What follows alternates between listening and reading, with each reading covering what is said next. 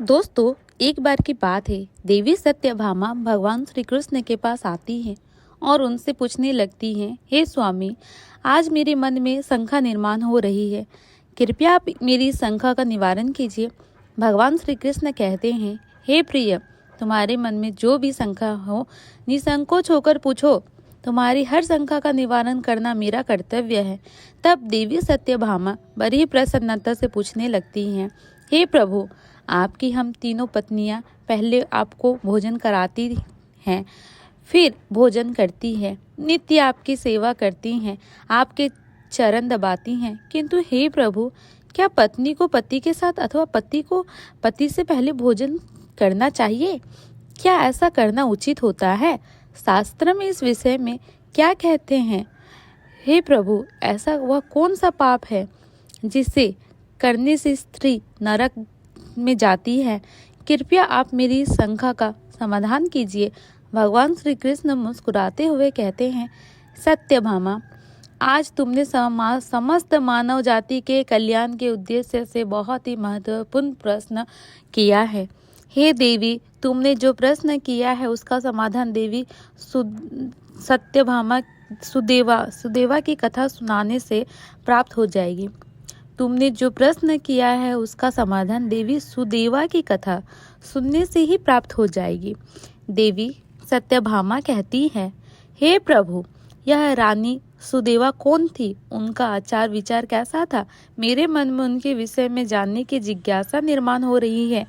श्री कृष्ण कहते हैं, सत्यभामा, तुम्हारे आग्रह पर आज मैं तुम्हें रानी सुदेवा की कथा सुनाता हूँ। तुम्हारी सभी शंकाओं का समाधान इस प्राचीन कथा में ही समाप्त हो जाएगा। तुम्हारे सभी प्रश्नों को उत्तर तुमको मिल भी जाएगा। इसलिए इस कथा को ध्यान पूर्वक सुनो। जो भी मनुष्य इस कथा को ध्यान पूर्वक सुनता है और इसका प्रचार करता है, वो सौभाग्यशाली बनता है। उसे कभी नरक की प्राप्ति नहीं होती है। फिर देवी सत्यभामा कहती है, हे स्वामी, मैं इस कथा को अवश्य ध्यान पूर्वक सुनूंगी। कृपया आप इस कथा को कहिए। भगवान श्री कृष्ण कहते हैं, हे सत्यभामा, फिर सुनो। इस कथा को प्राचीन काल में अयोध्यापुरी में महाराज इवाक राज्य करते थे। वे धर्म का पालन करने वाले गुणवान, चरित्रवान और अत्यंत कुशल सम्राट थे। उनका विवाह काशी नरेश की पुत्री सुदेवा के साथ हुआ था। सुदेवा सत्य का व्रत पालन करने में तत्पर, गुणवान, चरित्रवान तथा महान पतिव्रता थी। महाराज इवाक पुण्यात्मा थे। उन्होंने अनेक यज्ञ तथा अनेक पुण्य के कार्य किए थे। उन्होंने देवालय बनवाए, पोखरे खुदवाए, अनेक वाटिका बनवाई तथा वे साधु संतों की रक्षा में सदैव ही तत्पर रहते थे। महाराज इवाक के नगर में के समीप एक घना जंगल था। उस जंगल में एक सुअर अपनी पत्नी और पुत्र पोत्रों के साथ रहा करता था। वह सुअर बड़ा ही विशाल काय था और भयंकर आकार वाला था, जिससे सभी मनुष्य भयभीत रहते थे। उस सुअर के भय से मनुष्य उस वन के मार्ग से जाने से डरने लगते थे। फिर जब यह बात महाराज को पता चला तो उन्होंने उस सुअर का शिकार करने का सोचा। और फिर एक दिन महाराज अपनी पत्नी सुदेवा तथा अनेक सैनिकों और कुत्तों को लेकर उस वन के शिकार करने के लिए चले गए। महाराज बड़े ही पराक्रमी थे। उन्होंने अनेक विशालकाय, शेरों तथा राक्षसों का वध किया था।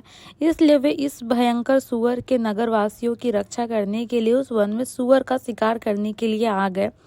जब उस भयंकर आकार वाले सुअर ने महाराज को वन की तरफ आते देखा तो वह सुअर अपनी पत्नी से कहने लगा, हे प्रिय, देखो, यह कौशल देश के महान सम्राट हैं। वे महापराक्रमी इवाक महाराज हैं। वो महातेजस्वी हैं और वे इस वन में मेरी शिकार करने के लिए आ रहे हैं। उनके साथ बहुत से कुत्ते, व्याध हैं। इनमें तनिक भी संदेह नहीं है कि वे मुझ पर ही प्रहार करेंगे। महाराज बड़े पुण्यात्मा हैं। यह राजाओं के भी राजा हैं। समस्त विश्व इनके अधीन ही है। प्रिय, मैं तुम सबकी रक्षा करने के लिए अपना पराक्रम दिखाता हूँ। महाराज के साथ युद्ध करूंगा। अगर युद्ध में मैंने इनको पराजित कर दिया तो तीनों लोकों में मेरी कीर्ति हो जाएगी। और यदि मैं इनके हाथ से मारा भी गया तो मुझे इस सूअर के जन्म से छुटकारा मिलेगा और मैं विष्णु लोक को चला जाऊंगा। मेरे पिछले जन्म के पाप के कारण ही मुझे सूअर का जन्म प्राप्त हुआ है। हे प्रिय, तुम मेरा मोह छोड़कर हमारे पुत्र और पौत्रों को लेकर पर्वत की गुफा में चली जाओ। अब समय आ गया है कि मैं अपने पूर्व जन्मों के पापों से मुक्त हो जाऊं। जब महाराज के बाण मेरे शरीर को घायल कर देंगे तो एक एक बाण से मेरे पूर्व जन्म के पाप नष्ट हो जाएंगे। फिर उस सुअर की पत्नी बोलने लगती है, हे नाथ, हमारे बच्चे आपके ही पराक्रम और साहस के कारण इस वन में निर्भर होकर विचरण करते हैं, कोमल कोमल फूलों का आहार ग्रहण करते हैं। आप ही के कारण इन्हें शेर, सियार आदि जंगली जानवरों का भय नहीं है, क्योंकि आप ही इनकी रक्षा करते हैं। आपके भीषण रूप को देखकर कोई भी शिकारी हमारे को शिकार करने के लिए इस वन में नहीं आता है। अगर आपकी मृत्यु हो जाएगी तो फिर मेरी और हमारे पुत्रों की रक्षा कौन करेगा? आपके बिना हम असहाय हो जाएंगे। पति के बिना मेरा क्या होगा? उत्तम स्वर्ण के गहने, आभूषण, वस्त्र पहनकर भी मैं कोई भी स्त्री पति के बिना शोभा नहीं पाती है। पति से ही स्त्री को सौंदर्य और शोभा प्राप्त होती है। आपके बिना मेरा जीवन भी नष्ट हो जाएगा। हे नाथ, हे प्राणेश्वर, आपके बगैर मैं जीवित नहीं रह सकती। हे नाथ, मैं सच सच कहती हूँ, आपके साथ यदि मुझे नरक भी डाल दिया जाए तो भी मैं खुशी खुशी आपके साथ चली जाऊंगी। इसलिए आप महाराज के सामने मत जाइए, आप भी हमारे साथ पर्वत की कंदर में चलिए। हम वहीं छिप कर बैठ जाते हैं। आप जीवन की इच्छा छोड़कर अपनी पत्नी पुत्रों को अकेला छोड़कर जा रहे हैं, इससे आपको क्या लाभ होगा?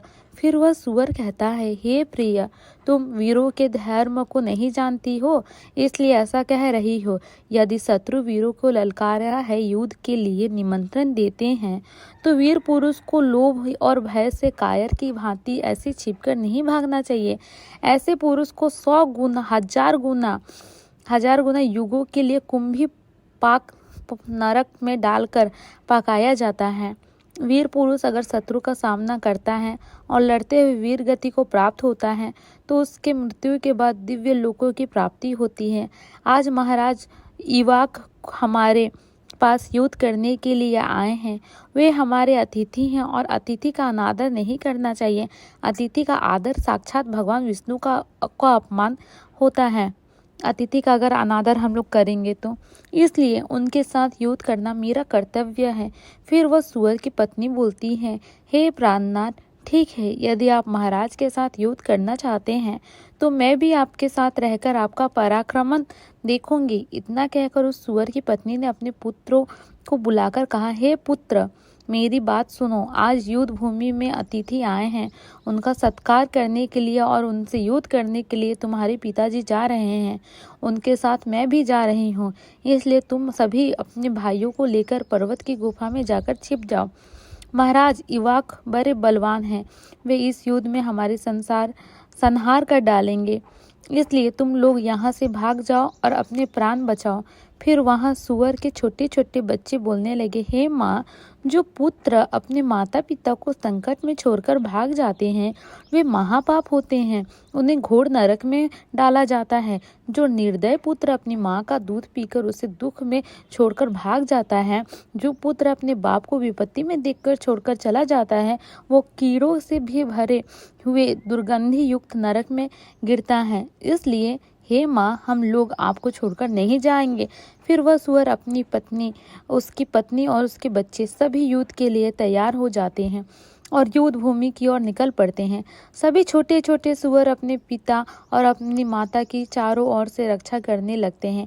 उधर महाराज इवाक अपनी सेना के साथ उस स्थान पर आ जाते हैं और अपने सामने खड़े सुअरों को देखकर बड़े बड़े शूरवीर योद्धाओं को सुअरों का शिकार करने के लिए आगे भेजते हैं। वे सभी बलवान शूरवीर योद्धा हाथ में तलवार और भाले लेकर सुअरों का आक्रमण करने लगते हैं। फिर सुअरों और राजाओं के सैनिकों के बीच भीषण युद्ध होता है। सभी एक दूसरे पर भीषण प्रहार करने लगते हैं। सुअर अपने दांत से सैनिकों को मारने लगते हैं तो सैनिक अपने भालों से सुअर को मारने लगते हैं। इस युद्ध में अनेक सुअर मर गए होते हैं, कितने ही घायल हो जाते हैं और महाराज अनेक सिपाही भी मर गए होते हैं और घायल हुए हो। अब केवल वह सुअर, उसकी पत्नी और उसके कुछ 5-7 पुत्र ही बचे थे।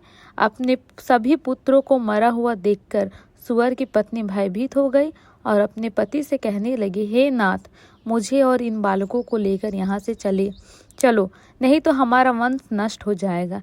कृपया हम सभी अपने प्राण बचाकर भाग चलते हैं, नहीं तो मैं तो महाराज हम सभी को मार डालेंगे। फिर सुअर कहने लगता है, हे प्रिय, 2 शेरों के बीच में एक सुअर पानी पी सकता है, लेकिन 2 सुअर के बीच में एक शेर पानी नहीं पी सकता। सुअर जाति में ऐसा बल देखा जाता है, इसी कारण से सुअर से सभी भयभीत हो जाते हैं। अगर इस समय पर मैं मृत्यु के भय को भाग जाऊंगा तो मेरे सुअर जाति की प्रसिद्धि नष्ट हो जाएगी। इसलिए हे प्रिय, तुम हमारे बच्चे को लेकर यहाँ से चली जाओ और सुखपूर्वक जीवन व्यतीत करो। इतना सुनकर सुअर की पत्नी बोली, हे नाथ, मैं आपसे बहुत प्रेम करती हूँ। आपने मेरा आदर सम्मान करके, रीति प्रतिक्रिया करके और मेरी रक्षा करके मेरे मन को जीत लिया है। आपसे मेरा मोह कभी नहीं छूटेगा, इसलिए मैं अपने पुत्रों के साथ आपके सामने ही प्राण त्याग दूंगी, किंतु आपको अकेला छोड़कर नहीं जाऊंगी। फिर वह सुअर और उसकी पत्नी दोनों ही महाराज से युद्ध करने के लिए आगे आते हैं। वह सुअर भयंकर गर्जना करता हुआ महाराज को युद्ध के लिए ललकारा और वह सुअर उस सुअर के सामने आए बड़े बड़े वीर योद्धाओं को अपने दांतों से तिनके की भांति उठाकर फेंकने लगता है।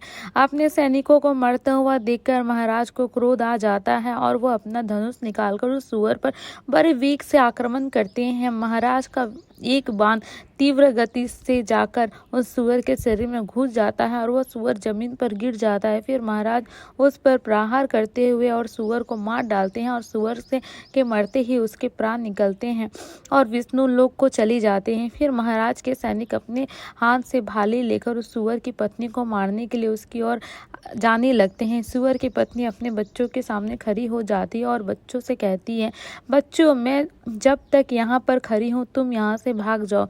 सुअर का बड़ा बेटा बोलता है, हे माता, अपने प्राणों से भय से मैं आपको मरने के लिए छोड़कर कैसे भाग जाऊं? अगर मैं ऐसा करूं तो मुझे पर धिक्कार है। मैं युद्ध में शत्रु को वास्तव परास्त करूंगा। तुम अपने पुत्रों को लेकर यहाँ से चली जाओ। फिर वह सुअर की पत्नी बोली, मेरे पुत्र, मैं महापापिनी तुझे अकेला छोड़कर कैसे चली जाऊं? इतने में ही राजा के सैनिक उन सुअर के पास आते हैं, उन पर प्रहार करने लगते हैं। सुअर का बड़ा बेटा भयंकर युद्ध करता है और अनेक सैनिकों को मार गिराता है। तब महाराज आगे आकर उस सुअर के बड़े बेटे को भी मार डालते हैं। अपने पुत्र को मरा हुआ देखकर सुअर की पत्नी बहुत क्रोधित हो जाती है और भीषण प्रहार करने लगती है। उसने भी अनेक सैनिकों को मार डाला। इस घटना को महारानी सुदेवा देख रही थी। तब वह महाराज से देख रही थी और सुन रही थी, कहती है, हे महाराज, उस सुअर की पत्नी आपके सैनिकों को मार रही है। आप आगे चलकर उसका वध क्यों नहीं करते? महाराज कहते हैं, हे प्रिय, यह एक स्त्री है। मेरा यह वचन है कि मैं स्त्री का वध नहीं करूंगा। स्त्री का वध करने से महापाप लगता है, इसलिए मैं उस सुअर की पत्नी को ना खुद मार रहा हूँ और ना किसी को उसे मारने के लिए भेज रहा हूँ। मुझे स्त्री का वध करने में बड़ा भय लगता है। इतना कहकर महाराज चुप हो गए। फिर महाराज की सेना में भार्गव नाम का एक बलवान सिपाही था। उसने उस सुअर की पत्नी पर प्रहार किया और उसे जमीन पर गिरा दिया। सुअर की पत्नी मूर्छित होकर जमीन पर गिर पड़ी और लंबी लंबी सांसें लेने लगी। जब रानी सुदेवा ने उस सवर्णी को धरती पर बेहोश अवस्था में देखा तो उन्हें उस सवर्णी पर बड़ी दया आ गई। उन्होंने ठंडा जल उस स्वर्ण के मुख में डाला और फिर उसके सारे शरीर पर डाल दिया, जिससे वह स्वर्ण को होश आया। स्वर्ण ने रानी को उस पर शीतल जल डालते हुए देखा तो वो बहुत प्रसन्न हुई और मनुष्य की वाणी में बोलने लगी, हे देवी, तुमने मुझ पर ठंडा जल डालकर मुझे कष्ट से मुक्ति दिलाई है। तुम्हारा कल्याण हो। स्वर्ण के ऐसे वचन सुनकर रानी सुदेवा को बड़ा आश्चर्य हुआ। वह सोचने लगी, यह तो आज मैंने बड़ी विचित्र बात देखी। यह स्वर्णी तो मनुष्य की वाणी में सुंदर और स्पष्ट संस्कृत बोल रही है। फिर रानी ने उस स्वर्ण से कहा, हे भद्रो, तुम कौन हो? तुम्हारी वर्ताव विचित्र है। पशु होकर भी तुम मनुष्य की वाणी में बोल रही हो। तुम मुझे तुम्हारे पूर्व जन्म का वृत्तांत सुनाओ। किस कारण से तुम स्वर्णी बनी हो? फिर वह स्वर्णी कहने लगती है, हे देवी, मेरे पति ने पिछले जन्म में गुरुजनों का अपमान किया था। इसी कारण से उन्हें सुअर का जन्म प्राप्त हुआ है। अब मैं अपने पूर्व जन्म की कहानी बताती हूँ। हे देवी, कलिंग नाम के देश में श्रीपुर नाम का एक सुंदर नगर था। उस नगर में वसुदत्त नाम के विद्वान रहते थे। मैं उसी वसुदत्त ब्राह्मण की पुत्री थी। उन्होंने मेरा नाम सुकन्या रखा था। उस समय उस नगर में मेरी जितनी सुंदर स्त्री कोई और नहीं थी। अपने सौंदर्य और रूप के घमंड में मैं उन्मत्त हो गई थी। मेरी मुस्कान बड़ी मनोहर थी। जब मैं जवान हुई तो मेरा सुंदर रूप और जवानी देखकर मेरी माता को बड़ा भय लगने लगा। वे मेरे पिता से कहने लगी, हे नाथ, अपनी कन्या जवान हो चुकी है, उसका विवाह क्यों नहीं कर देते? इसे शीघ्र ही किसी वर को सौंप दीजिए। फिर वह ब्राह्मण बोले, हे कल्याणी, मैं अपनी पुत्री का विवाह उसी पुरुष के साथ करूंगा जो विवाह के बाद मेरे ही घर में निवास करेगा। सुकन्या मुझे बड़ी प्रिय है।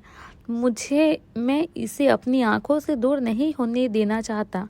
फिर एक दिन शिव शर्मा नाम के जवान विद्वान ब्राह्मण मेरे द्वार पर आ गए। मेरे पिता उसके ज्ञान और कुशलता को देखकर बहुत प्रसन्न हुए और उसे मुझसे विवाह करने के लिए पूछा लिया। फिर मेरे पिता ने उस शिव शर्मा ब्राह्मण से मेरी विवाह कर दिया और वे हमारे साथ ही हमारे घर पर रहने लगे। परंतु मैं अपने माता पिता के लाड़ प्यार में बिगड़ चुकी थी, अपनी विवेक शक्ति खो चुकी थी। मैंने कभी अपने पति की सेवा नहीं की, कभी उनके चरण स्पर्श नहीं किए। मैं सदा उन्हें क्रूर दृष्टि से देखती थी, उनका अपमान करती थी, उन्हें नाम लेकर पुकारती थी, उन्हें भोजन से पहले भोजन कर लेती थी। मैं अपने पति से ही खुद को भोजन परोसवा लेती थी। मैं अपनी मर्जी से स्वच्छंद होकर यहाँ वहाँ घूमने लगती थी और बात पर अपने पति का अपमान करती थी। मैंने उनके साथ कभी सहवास भी नहीं किया, उन्हें मेरे शरीर को कभी हाथ नहीं लगाने दिया। शिव शर्मा बहुत ही शांत स्वभाव के थे। उन्होंने मुझे अनेक दिनों तक सहन किया और फिर एक दिन वे अत्यंत दुखी होकर मुझे छोड़कर चले गए। मेरे पति के जाते ही मेरे पिता बहुत दुखी होकर कहने लगे, हे प्रिया, सुनो, हमारे दामाद हमारी पुत्री को छोड़कर चले गए हैं। हमारी पुत्री ही पापचारिणी थी, दामाद तो विद्वान थे। मैं क्या जानता था कि हमारी पुत्री सुकन्या दुष्ट और कुल नासिनी होगी। फिर मेरी माता बोली, हे नाथ, हमारी पुत्री आप ही के लाड़ प्यार से बिगड़ गई हैं। इसे सही राह पर लाने के लिए आपको ही कुछ करना होगा।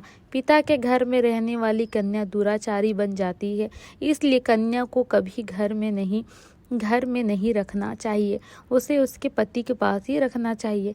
हमारी कन्या बहुत दुष्ट और पापिनी है और आप इसका त्याग करके इससे इसके पति के पास भेज दीजिए।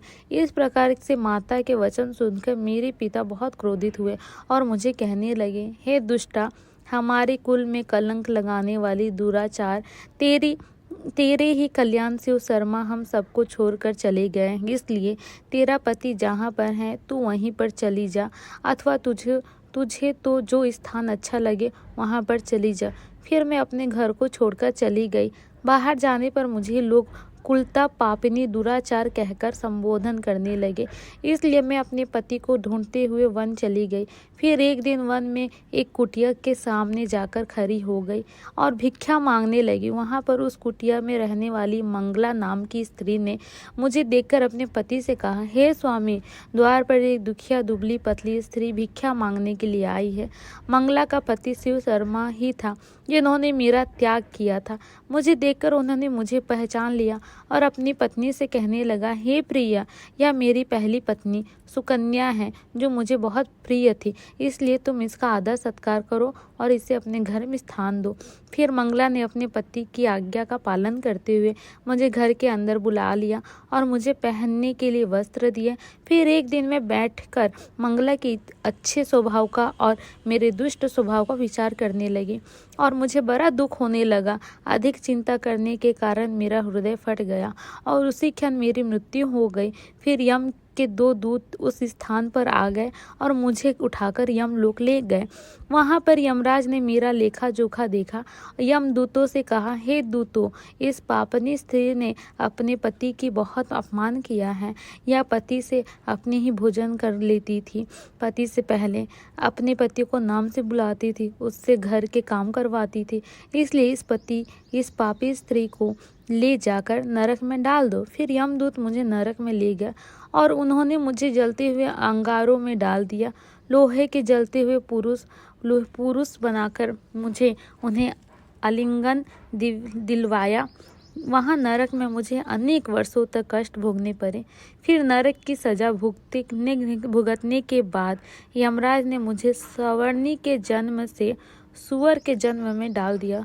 स्वर्णा बोली, हे देवी, इस प्रकार से मैंने आपको मेरे पूर्व जन्म का वृत्तांत सुना दिया। कृपया आप अब मुझे इस जीवन से मुक्ति दिला दो। आपने अपने पति की बहुत सेवा की है, इसलिए मुझे आपका थोड़ा सा पुण्य प्रदान करो। फिर रानी सुदेवा महाराज से कहती हैं, हे स्वामी, अब मैं क्या करूं? आप जो आज्ञा देंगे मैं वही करूंगी। महाराज इवाक कहते हैं, हे प्रिय, यह बेचारी बहुत दुख उठा रही है, तुम अपने पुण्य से इसका उद्धार करो। महाराज की आज्ञा लेकर रानी सुदेवा ने सुअरी से कही, देवी, मैं अपने 1 वर्ष का पुण्य तुम्हें प्रदान करती हूँ।